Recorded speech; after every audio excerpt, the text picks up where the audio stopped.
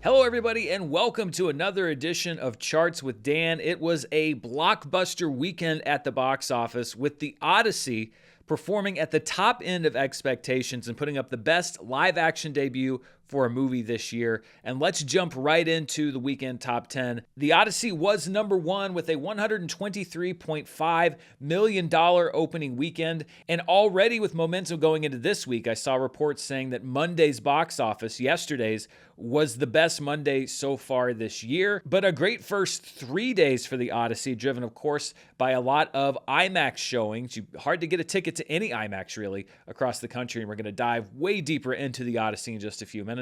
Moana, in its second week, had a 58.4% drop and a $17.9 million weekend off of its underwhelming opening last weekend. It's at $81 million total. But when you look at the performance of the other family films in the top five, Toy Story 5 in third place with a 27.6% drop, and Minions and Monsters in fourth place with a 35.7% drop, it really does look like those films are eating into the family market and into Moana's performance. Toy Story 5 brought in $13.76 million for a $429.8 million domestic total. Minions and Monsters just behind at $13.6 million and a $136 million domestic total. Evil Dead Burn dropped 65.4% in its second weekend. That's what you would typically expect from a horror film. It wasn't a great opening weekend and not an exceptional hold either. It brought in $4.7 million for a $23.8 million domestic total. In sixth place was The Invite, which dropped 34.1% in its second weekend of wide release. It brought $3.9 million in for a $15 million total. Young Washington dropped 48.2% in its third weekend to bring in $3.5 million. Obsession spending a 10th week in the top 10 with a 37.8% drop and a $2.3 million total. It's now at $258 million domestic, and that ties the longest run for a 2026 release thus far as how long it stayed in the top 10. We'll look at the other movies that it has now bested and the movie it's currently tied with in a few minutes. Supergirl really just kind of hanging around, existing at number 9. It dropped 60.8% in its fourth weekend for another $1.47 million. It's struggling to get above 70 million domestic, and it's going to struggle even harder to get above 80. And Disclosure Day rounding out the top 10 in its sixth week of release for a 59.8% drop and a $1.3 million total. It's at $114 million domestic. Because the Odyssey was the only major new release, we only had one movie dropping out of the top 10, and that is Backrooms, which is out after 7 weeks. And when we look at the biggest theater count changes this past weekend, Supergirl lost the most. It lost over 1,000 theaters. I think this might be the second consecutive week or close to where it's lost 1,000 theaters. It's now in 1,572. It'll probably hang around for another week, and then a lot of movies are going to lose theaters once Spider-Man comes out. Disclosure Day lost 905 theaters. It's now in 1,299. Minions and Monsters lost a chunk of theaters, 734 of them. It's still in 3,510. Jackass, Best and Last, lost 684 theaters. It's now in 305. And Gail Daughtry and the Celebrity Sex Pass opened in 1,000 theaters, but lost 643 of them in its second weekend for a 357 theater total.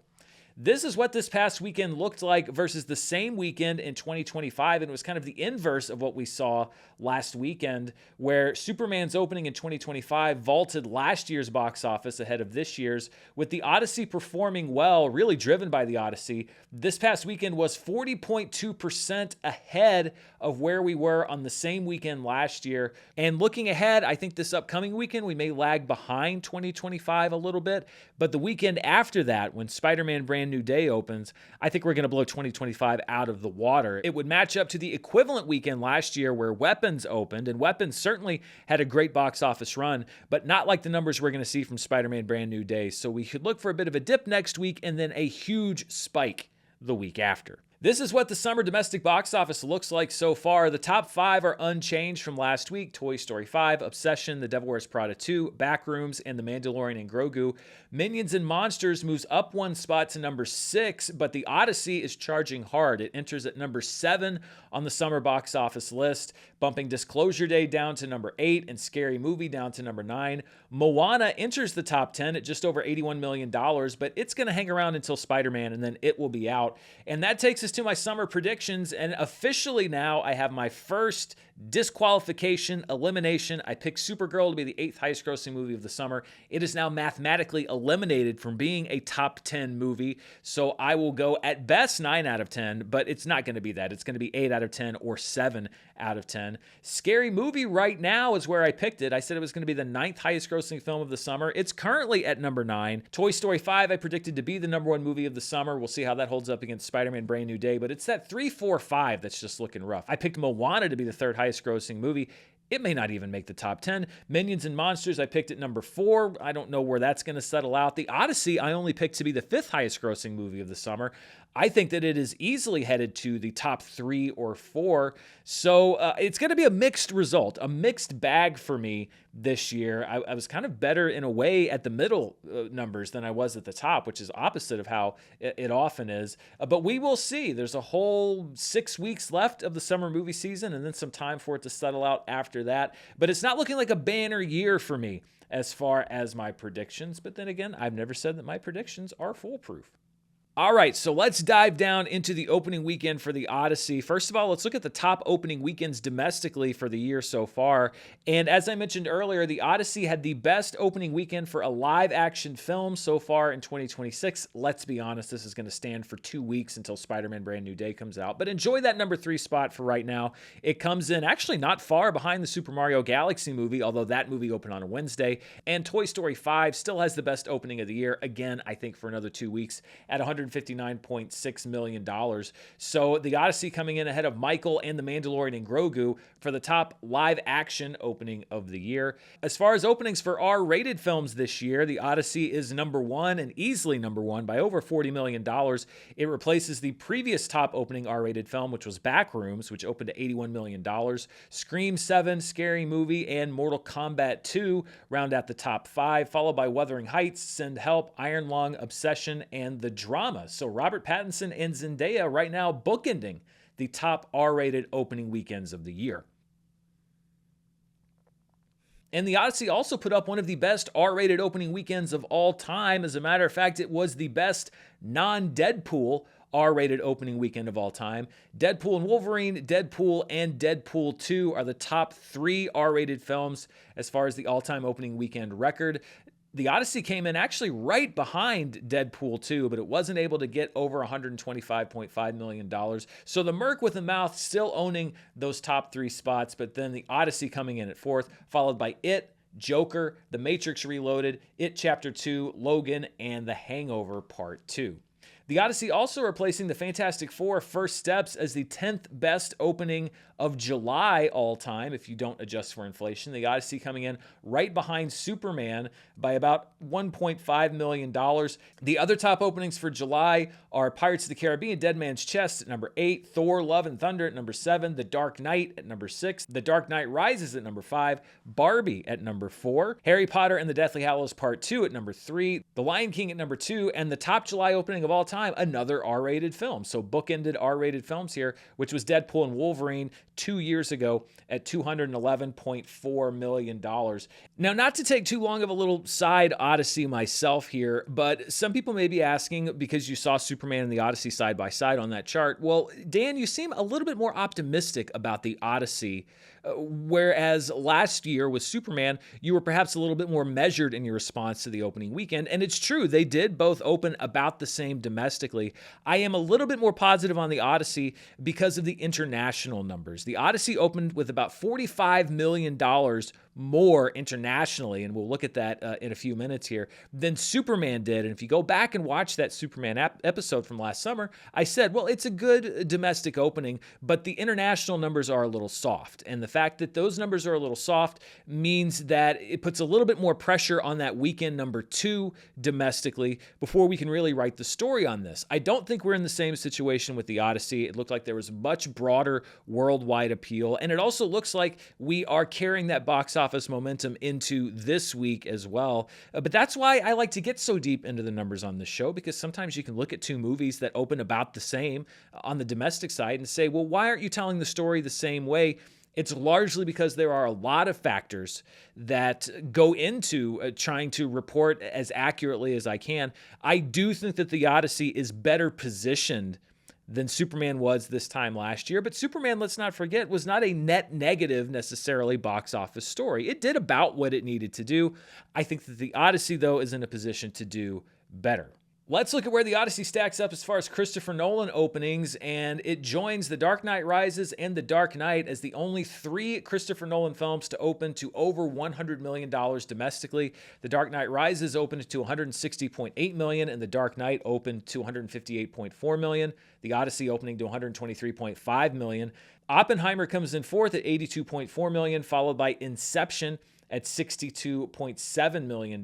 Then we have Dunkirk, Batman Begins, which was a Wednesday release. Interstellar, which was not necessarily a Wednesday release, but did play on select IMAX screens starting on Wednesday. Insomnia and The Prestige rounding out the top 10. If you adjust for inflation, the Odyssey still joins The Dark Knight and The Dark Knight Rises as far as $100+ million openers for Christopher Nolan. But you can see that both of those Batman films get inflated well into the $200 million+ range. The Dark Knight Rises with $245.5 million and The Dark Knight at $256.6 million adjusted for inflation. Inception almost joins that $100 million club. It opened to $98.6 million adjusted for inflation, with Oppenheimer's opening adjusted up to $92.3 million, Batman Begins at $86.9 million, Dunkirk at $83.7 million, Interstellar at $70 million, Insomnia at $41.8 million, and The Prestige at $25.4 million. That is a pretty impressive box office record for a director who makes all kinds of different movies. This was also the top opening in Matt Damon's career. Now, this does not include uncredited cameo roles. I count Interstellar because he is a credited actor in the movie. But the Odyssey at number 1 at $123.5 million. Oppenheimer is in second place, and it's about $40 million behind the Odyssey. So Christopher Nolan actually, if you don't adjust for inflation, responsible for Matt Damon's top 2 openings at the domestic box office. The Bourne Ultimatum, Jason Bourne, and The Martian round out the top 5, followed by The Bourne Supremacy, Interstellar, Ocean's 12, Ocean's 11, and Ocean's 13. When you adjust for inflation, the Odyssey still the top opener in Matt Damon's career at $123.5 million, coming in ahead of the adjusted number for The Bourne Ultimatum at $114.8 million. The Bourne Supremacy back in 2004 opened to an adjusted number of $96.6 million. Then we have Oppenheimer and Jason Bourne. The Martian is down in 6th place, followed by Ocean's 11 back in 2001, almost 25 years ago, which opened to an adjusted total of $78.5 million. Saving Private Ryan, the only new movie on this list, adjusted list, at $73.2 million, followed by Interstellar at number 9 and Ocean's 12 at number 10 at $69.8 million.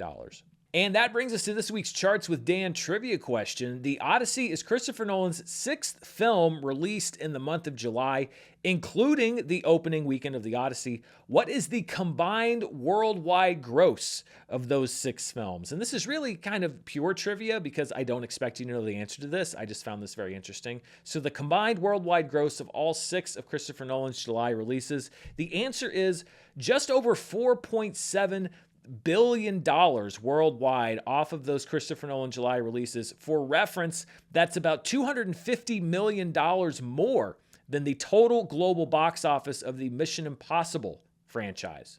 That's just how well his movies have done. Obviously, The Dark Knight and The Dark Knight Rises putting a lot toward that total.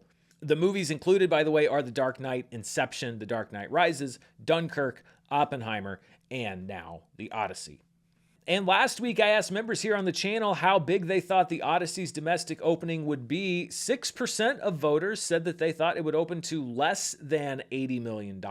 The vast majority, 77%, were just off the mark. They predicted it would open to $80 to $120 million, but 17%, and I did freeze this poll before numbers came in, so I am confident in the accuracy and security of this result. 17% said they believed that it would open to more than $120 million. And congratulations, if you're part of that 17%, you did better than 83% of the other people who voted in this poll, because that is indeed where the Odyssey wound up. And that takes us to this week's Charts with Dan member poll question. Now that the Odyssey is in theaters, I want to know, what's your favorite Christopher Nolan movie? Is it The Odyssey? Is it The Dark Knight? Is it The Prestige? I hear a lot of people saying they love that movie. Inception, I hear a lot of love for. I'm going to comment underneath the poll with every one of Christopher Nolan's movies. It'll say vote and then the name of the movie. Upvote that comment. That's the only way that I will count votes. Upvote your favorite on the member poll, and I will reveal the results on next week's Charts with Dan. And just a quick word before we move on to some other box office news. As often happens with movies that have been very discussed on the internet, I guess we'll say something like that, there are a host of conspiracy theories, most of them being pushed by the same people who have been outraged about this movie for months, saying that it's not really a success. It started when the critical reviews came out. The critics were all paid shills, myself included. In the 10 plus years that I've been reviewing movies, I honestly can say I have never been accused more of being a paid shill or reading studio talking points or being on the studio payroll than I was for my positive response to the Odyssey. So that was the first thing, is that the reviews were fake because the critics were all paid off. Then when the movie's box office results came in, it was that, and this is an old chestnut, that the studio was buying tickets to the screening. So the people weren't actually showing up. The studio has been buying up auditoriums to make the movie look like a financial success. And when audience response came in, I have seen several theories that say, well, those aren't real numbers either, that somebody hacked Rotten Tomatoes, that those are all positive review bombing, that those reviews aren't real, and that most of the audience actually hates the movie, again, as most of these people have been predicting would happen for the last several months. The important thing to keep in mind here is that this is ridiculous. I know that some people say you should never acknowledge this sort of thing, but I do think it's important to point out because we don't want to normalize, or perhaps even further normalize, a world where fantastical conspiracy theories become peddled as the most believable outcome. I mean, for example, if the studio were actually buying out auditoriums and sold out screenings were actually empty, would the only people reporting that actually be just the ones that have been screaming about the Odyssey already for months? I mean, for example, if I went to an Odyssey screening and it was sold out on Fandango or wherever, and I showed up and it was an empty auditorium except for me, I would absolutely report that back to this channel because that is something noteworthy. I'm not trying to poke the bear here. I'm just trying to be a voice for truth. There have been plenty of movies out there that I wish had not done well, that have been smash successes. There have been plenty of movies out there that I wish would have made all the money that were failures. But at no point did I think that the move would be to somehow try to discount the actual reality of the box office results and the critical response and the audience response. By every metric, it has been overwhelmingly positive for Universal. We'll see what the Odyssey does next weekend. There have already been predictions that it's going to fall off a cliff. Again, looking at what I can see, for example, I'm going to see an IMAX screening of the Odyssey on Thursday. The reason I'm going on Thursday is because that was the first day I could get tickets, and I can tell you right now, every other IMAX screening of the Odyssey in my area is sold out. 3 screenings a day, every day, and probably the same going into next weekend. You can like the movie, you can not like the movie, but there is a certain amount of reality, I think, that should be accepted, even if you don't agree with it. And I just wanted to say reality is a good thing, and maybe we shouldn't try so hard to discredit reality. I've got a lot more box office to dive into in just a few minutes, but before I do, I want to thank the sponsor for this week's show, Surfshark.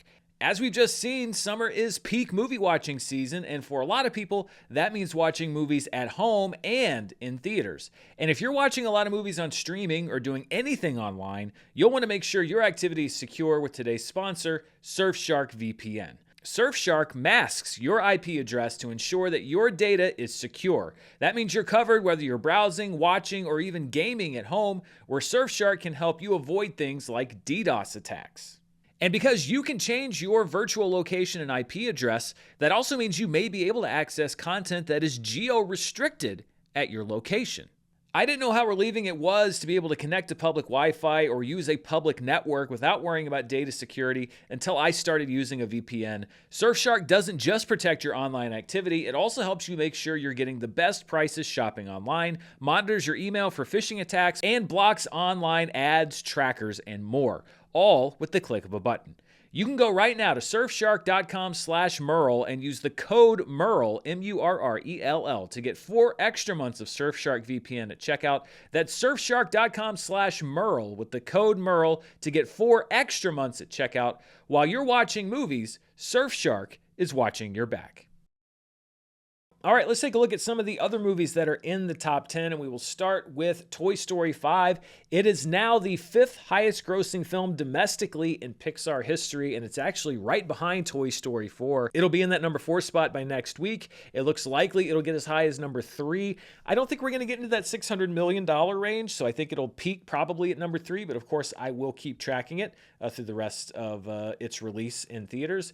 If you look at it as far as inflation-adjusted numbers, Toy Story 5 is now the 12th highest grossing film in Pixar history, and it looks like it's got a pretty good lock on making the top 10. That's where The Incredibles is at $480.6 million. If it can get above $500 million, then we'll see if it can top movies like Inside Out, Monsters, Inc., etc. So Toy Story 5 looking like a top 3 and potentially a top 10 adjusted hit for Pixar domestically. And it is also now the 9th highest grossing animated film ever domestically, just ahead of the Super Mario Galaxy, and I mean just ahead by about $60,000. And it is very close, as I mentioned, to Toy Story 4. It looks like it's going to pass Shrek 2. It's got a great shot at passing Moana 2. We'll see if it can get up to where Frozen and Finding Dory are. So it will also be moving up this list, but currently the 9th highest grossing animated film of all time at the domestic box office. Minions and Monsters not enjoying the same kind of success when it comes to Illumination. It's now up to number 15 out of 17, and it's got about $22 million to go if it wants to get up to number 14. And again, in yellow there, you can see the other Minions/Despicable Me films, and Minions and Monsters is not going to gross anywhere close to that. C'est la vie. It is what it is. Also, Obsession. I mean, I guess we got to talk about Obsession. It is a box office show after all. Obsession is now the 4th highest grossing horror film of all time domestically, unadjusted for inflation. It has passed I Am Legend. It's about $21 million behind Sinners. I don't know if it's going to get there. We'll see. It has had incredible staying power at the box office, but it's now available to watch at home, on streaming, etc. But still, when you consider the resources put into Obsession versus the other movies on this list, I mean, it was already an incredible story. It's an even more incredible story and a top 5 horror film of all time domestically.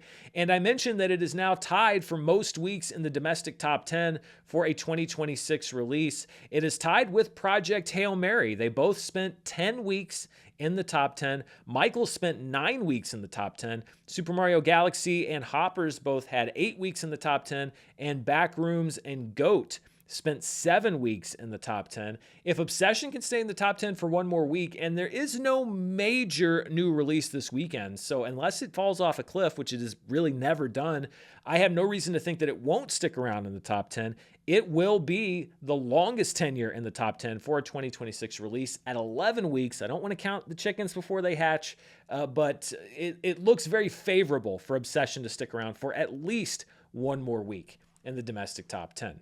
And we're a little over halfway through the year, and I decided to try something new. I've attempted a version of this before, but it got a little too hard to track. I think I figured out a better way to do it.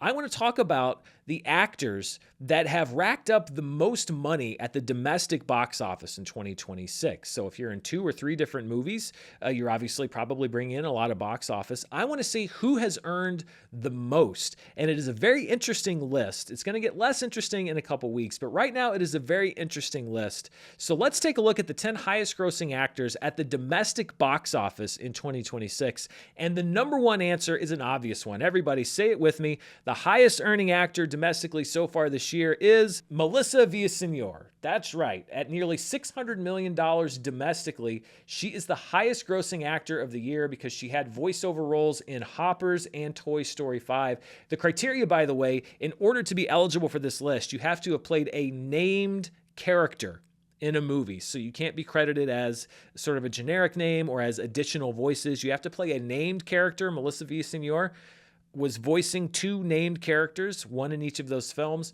So Pixar really lifting her to the top of this list, at least for now. The second highest grossing actor of 2026, of course, it's Benny Safdie at $553.3 million domestically. That's because he voiced Bowser Jr. in the Super Mario Galaxy movie, and of course also played Agamemnon in the Odyssey. In third place is Coleman Domingo at $486.7 million domestic box office. He was in Michael and Disclosure Day. Dion Cole At number 4, at $480.1 million, because he was in both Michael and Scary Movie. Chris Pratt is in 5th place. He, of course, voiced Mario and also appeared in the film Mercy earlier in the year. He's at $454 million domestically. At number 6 is Glenn Powell. He was in the Super Mario Galaxy movie, but also in How to Make a Killing, and that little extra money from How to Make a Killing bumps him up to number 6. Then we have the cast of Toy Story 5, the ones that aren't specifically already separated out, at $429.8 million. The cast of Super Mario Galaxy, again, the ones that aren't already separated out, just under Toy Story 5. Meryl Streep at number 9 with $386.4 million, because she was in both Hoppers and The Devil Wears Prada 2. Now, a little controversy here, because Meryl Streep did have a brief voice cameo in Project Hail Mary. I did not consider rejected Rocky voice to be a named character. If you do want to count that as a named character, then you can put Queen Murrell up at number 1, because she'd be number 1 on the list. Right now, I did not count Project Hail Mary, so she's number 9. And at number 10 is a young actor named Tiago Martinez, and I hope this is a great moment in the spotlight, because there's some bigger names that are going to replace Tiago, but at $374.6 million, Tiago Martinez played, I believe, one of the kids in the hospital who had a name. I think the character's name was Brandon in Michael, and also had a named character in the movie Bus Boys. That little extra money from the Bus Boys box office is enough to boost him above the rest of the ensemble in Michael to be the 10th highest grossing actor at the 2026 domestic box office. Now, obviously, a lot of these aren't household names. Here's the thing. In 2 weeks, when Spider-Man Brand New Day opens, and as the Odyssey makes more money, we are going to start seeing Zendaya. We're going to start seeing Tom Holland. We're going to start seeing John Bernthal on this list, because they not only appeared in Spider-Man, but they appeared in the Odyssey and other movies that came out this year. Robert Pattinson probably also potentially going to pop up on this list eventually. So these are going to be bigger names in the very near future, but I wanted to start the list now because this is kind of an odd collection of people, and I will do my best to update this throughout the year and continue to bring you the highest earning actors of the year at the domestic box office. All right, let's turn our attention away from the domestic box office and look at the top 5 films internationally. And at number 1 was The Odyssey, which brought in a reported $139.5 million internationally. I think it may even have been a little bit more, but I could not find a reliable late number, but it's about that. Kung Fu Soccer actually grew a little bit in its second weekend. It brought in $68.4 million. That's the latest film from Stephen Chow. Toy Story 5 with a good hold, 33.8% and a $30 million international weekend. Minions and Monsters dropped 29.5% for a $27.8 million international weekend. And much like we saw domestically, Moana with a steeper drop in the family film department, a 51.9% drop to bring in $25 million internationally. When you take those international numbers, you combine them with the domestic numbers, we get our top 10 films of the weekend worldwide. And The Odyssey leads the way with just over $263 million on its opening weekend worldwide. So over $250 million in really just 3 days, plus maybe a couple more, depending on which country. That is very impressive. I believe it is the best worldwide opening weekend of Christopher Nolan's career, and we'll see what it does if that enthusiasm for the movie continues around the world as it appears to be doing here domestically. Kung Fu Soccer in second place with $69.6 million. And then look at these 3 movies all clustered up. Toy Story 5 at $43.7 million. It's less than $50 million away from breaking the $1 billion mark worldwide. It should be in the $1 billion club by the time we do this show next week. We'll see if The Odyssey will eventually join it in that club. Moana at $42.9 million, so a 54.9% overall worldwide drop. It's not going to join the $1 billion club. It's at $177 million. Minions and Monsters at $41.4 million and $358 million worldwide. The number 6 movie is Hope, which is a film from South Korea. It premiered at the Cannes Film Festival. Neon will be releasing it domestically, I believe, in the fall, but it got a jump on release in South Korea and brought in $16.3 million. It looks like a really interesting film. I'm excited to see it later this year. Evil Dead Burn brought in $12.8 million. It's over $50 million. Obsession brought in $8.6 million. It's at $440 million worldwide. The Invite bringing in $5.8 million for a $20 million worldwide gross. And Young Washington rounding out the top 10. Basically, its domestic gross at $3.5 million for a $40.9 million weekend total. And much like we saw domestically, The Odyssey is the top opening weekend for a live-action film worldwide at $263 million. That's about $30 million ahead of The Devil Wears Prada 2, also ahead of the opening weekend of Michael. Toy Story 5 and the Super Mario Galaxy movie with the top opening weekends of the year at $314.1 million and $311.6 million. Again, Super Mario Galaxy movie is a $1 billion movie. Michael is a $1 billion movie. Toy Story 5 is on its way to being a $1 billion movie. Is the Odyssey going to become the fourth movie in that row to be a $1 billion grosser? We'll just have to see. Looking at the Pixar franchise tracker by worldwide gross, Toy Story 5 currently number 6, but it looks like it is positioning itself to break into that top 5 and to jump up above Finding Dory, possibly jump up above Toy Story 3, possibly jump up above Toy Story 4. So it could be a top 3 movie for Pixar worldwide if it can just get over that $1 billion mark, which it should in the next several days. So overall, a big success story for Pixar there. Again, like we saw domestically, Minions and Monsters not really racing up the charts for Illumination when you look at worldwide gross. It's ahead of the Lorax, Migration, and Hop, but it's about $50 million behind Sing 2, even further behind The Secret Life of Pets 2, and it's really not, I don't think, going to be able to reach that $500 million mark to get up to where The Grinch is. So Minions and Monsters is going to be a low watermark for the Minions franchise, both domestically and worldwide. Let's return now to the domestic box office and look at some of what I call our specialty charts. And we'll start with the top per theater averages from this last weekend. At number 1 was the Odyssey, which brought in an estimated $31,513 per theater in each of its 3,919 theaters. Now, this is averaged among the theaters.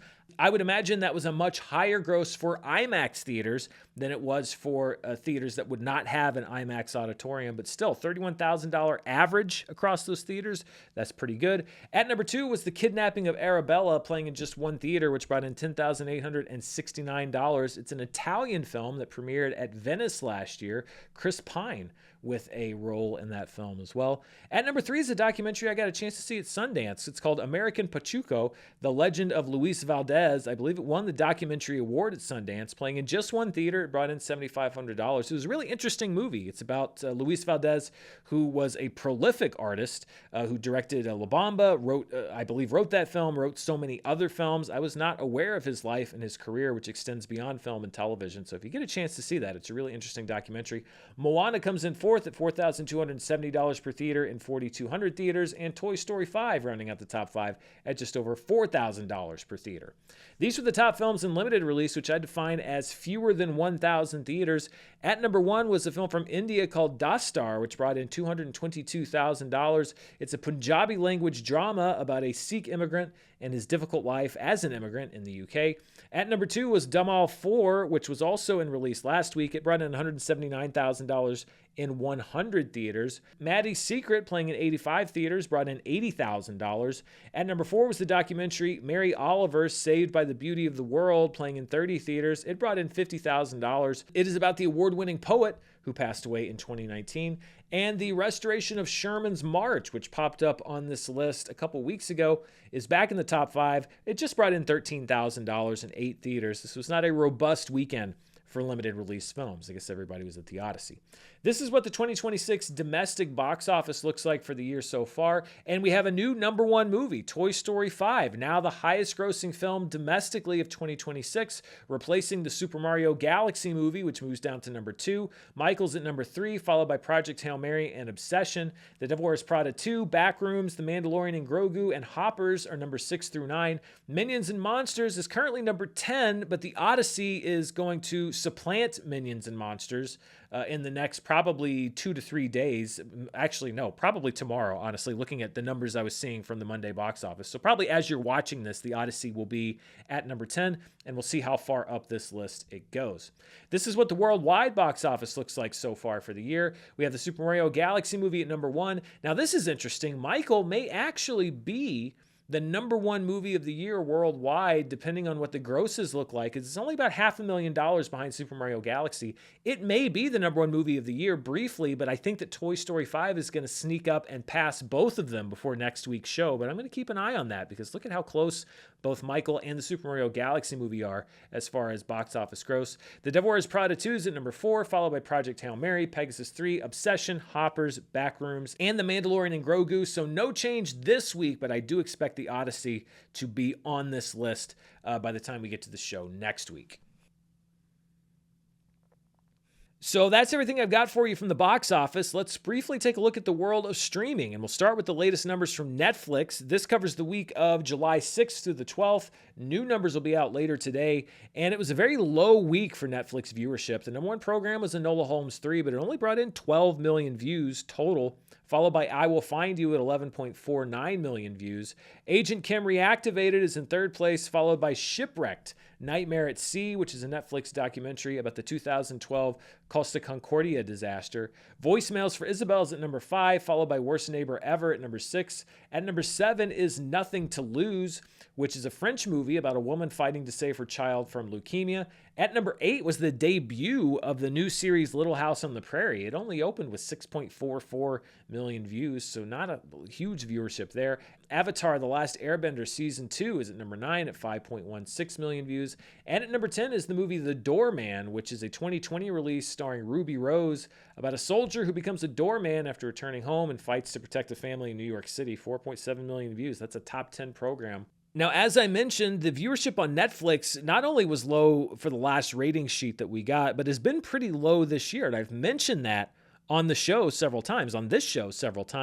Well, last week we got the first Netflix What We Watched report for 2026. And for the past few years, they have released twice a year a full accounting of all the ratings for every show on Netflix, one in early July, one in early January. So we do know what people watch for the first 6 months of 2026, and we're going to look at those numbers in a minute. But Netflix also announced that starting next year, they will not be releasing the ratings numbers twice a year. They will only be releasing the full ratings numbers once a year. And I'm sure that's completely coincidental to the fact that their ratings are visibly lower and the fact that their stock price is visibly dropping and that they are being less transparent now about their ratings data. They say, well, ratings actually aren't that important anyway. There's a lot of other numbers that you should worry about, which is what you say when you don't want people to look at your bad numbers. So we are going to get one more 2026 ratings report at the end of the year, but starting next year, we will only get one, basically at the beginning of every year. Luckily, we do have full 6-month ratings data, which does change some of these charts. They've been updated to reflect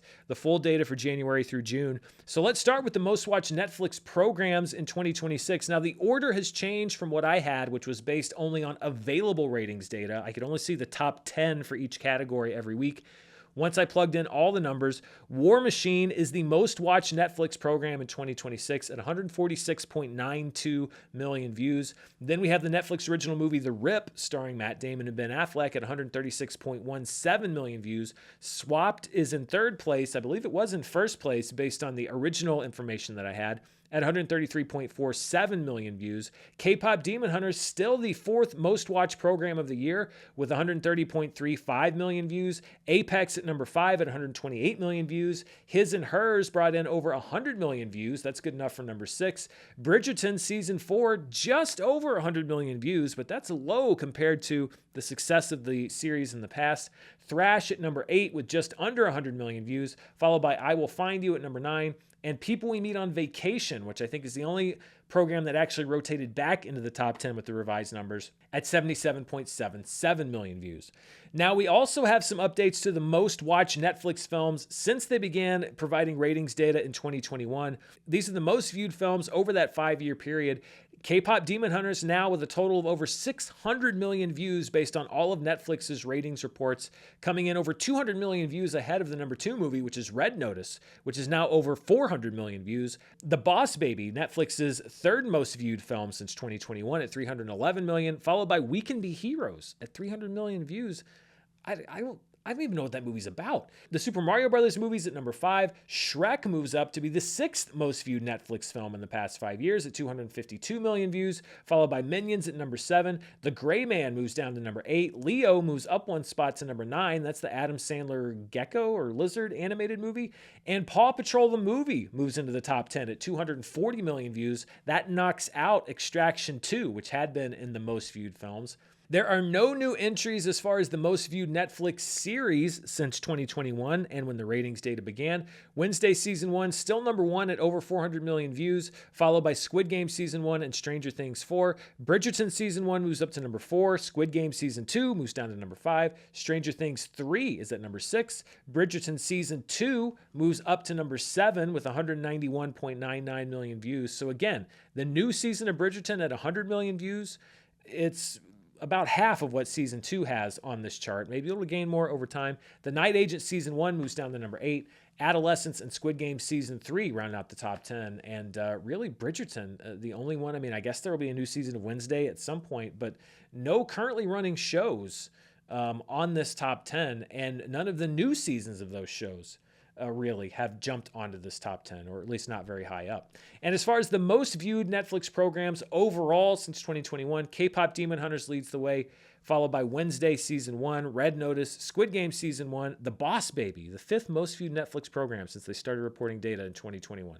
We Can Be Heroes, the Super Mario Brothers movie, Stranger Things 4, Shrek, now the 9th most viewed program on Netflix in the last 5 years, and Minions rounding out the top 10.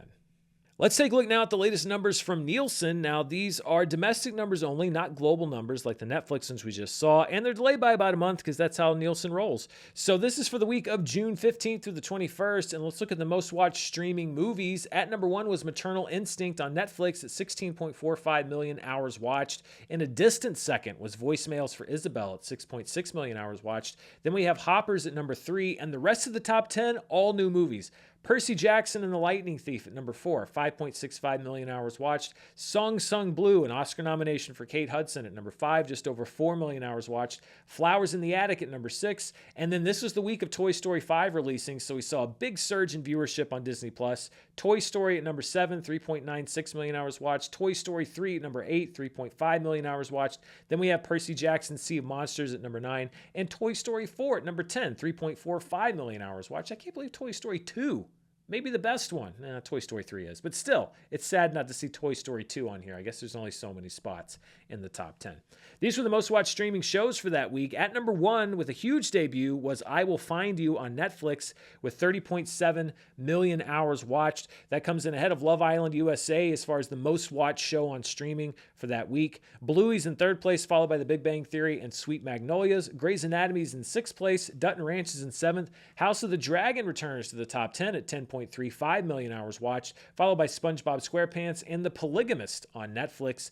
And I Will Find You had the best debut for a new streaming series this year, at least domestically, according to Nielsen, with 30.7 million hours watched. It comes in actually pretty healthily ahead of His and Hers and its debut on Netflix early this year. It brought in 23.1 million hours watched. The Burrows, Reality Check, Inside America's Next Top Model, and The Madison round out the top 5 as far as new streaming series debuts. And these were the top shows as far as watch time per available episode. So take the number of hours watched divided by the number of episodes you can watch. That's how you get this number. I Will Find You leading the way at 3.84 million hours watched per episode. Dutton Ranch still performing well at 1.57 million hours per episode. Outlast The Jungle at 1 million hours per episode. Widow's Bay. This is, I think, our first time seeing Widow's Bay on the Nielsen charts. This was its last week of release, so I think a lot of people tuning in. It brought in nearly 700,000 hours of watch time per episode. That's ahead of Miss Rachel at number 5, Teach You a Lesson at number 6, House of the Dragon at number 7, over 500,000 hours watched per episode, including all of the previous seasons, America's Sweethearts at number 8, The Polygamist at number 9, and Sweet Magnolias at number 10.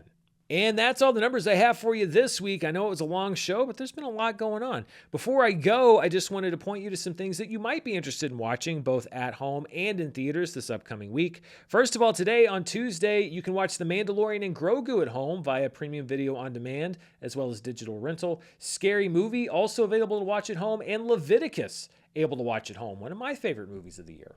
Tomorrow on Wednesday, Masters of the Universe will start streaming on Amazon Prime Video, and this will be that test. A lot of people said, well, it was not a bomb because it's going to be an asset for Amazon Prime Video. Let's see what the viewership numbers are. Maybe they'll be right.